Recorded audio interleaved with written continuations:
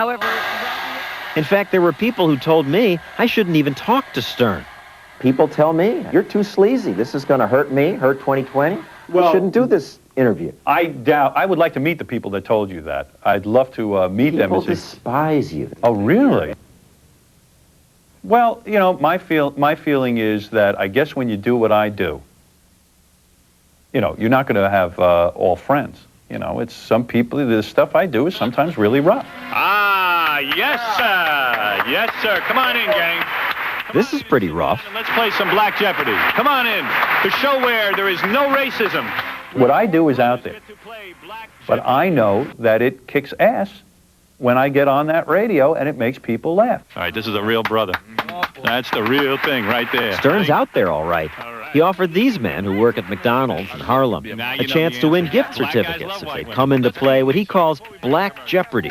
Take a look at this, you brothers. This here is the white prize. There's something to offend everyone. Let me take a look. Oh, man. Wow. How's that, my brothers? Salam alaikum to that. Now, I'm going to let you pick your own African name. You could either be Kareem in my coffee, Louis Farrah Fawcett, or Jesse Jackoff. And listen to his categories. Categories are Million Man Moron, ICOJ, Bang Bang Bang, Dark Meat, White Meat, If You Scream, I'll Kill You. Kareem, if you would buzz in. All right, that is one. I believe what we do is a different kind of humor. I think people see the smile. Those that don't shouldn't listen. That's right. Now, guys, remember that. Is funny enough? Don't you make life worse for some people? Skits like Black Jeopardy. Doesn't that encourage racists to be more racist? Oh, geez, I disagree. I think, for example, Black Jeopardy, which you were there for that day, there was total joy in that room. I think there were a lot of people having a lot of fun. This supreme being likes to marry white Jewish men. Who is, I didn't see that as racist at all. Diana? Correct. are you taking it one? I'm taking it, that's right. Robin, please.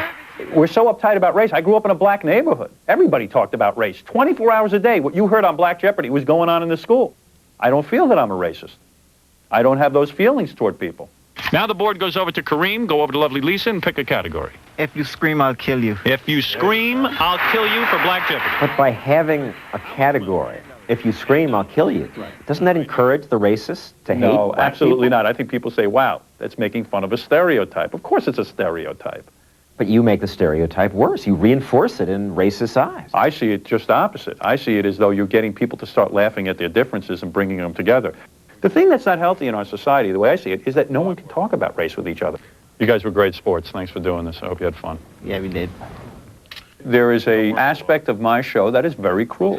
And the people who come on my show all have the understanding of what I do.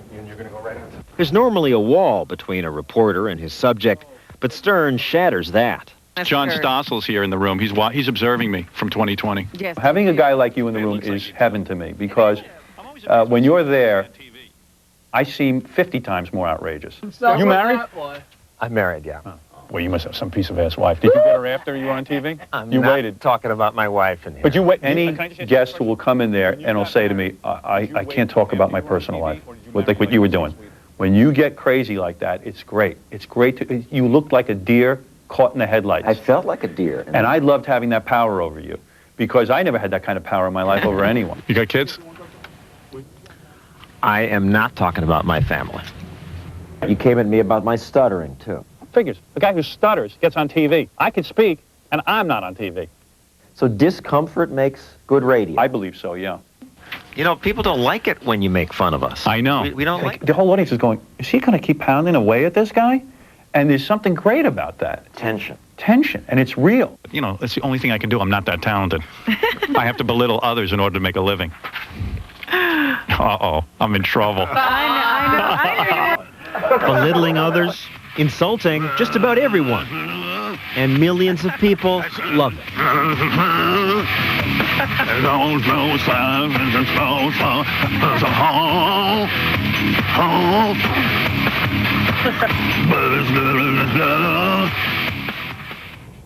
John, we didn't include some things because of our particular audience's sensitivity, and there are certain things that were bleeped.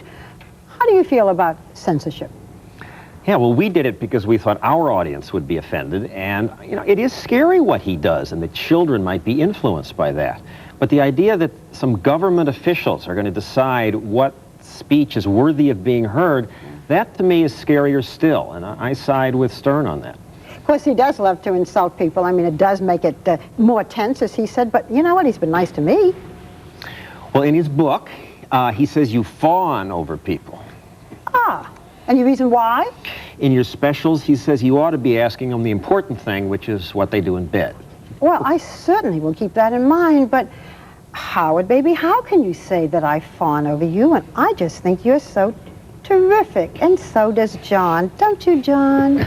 I've said my bit. I'll leave that to you. I said my bit.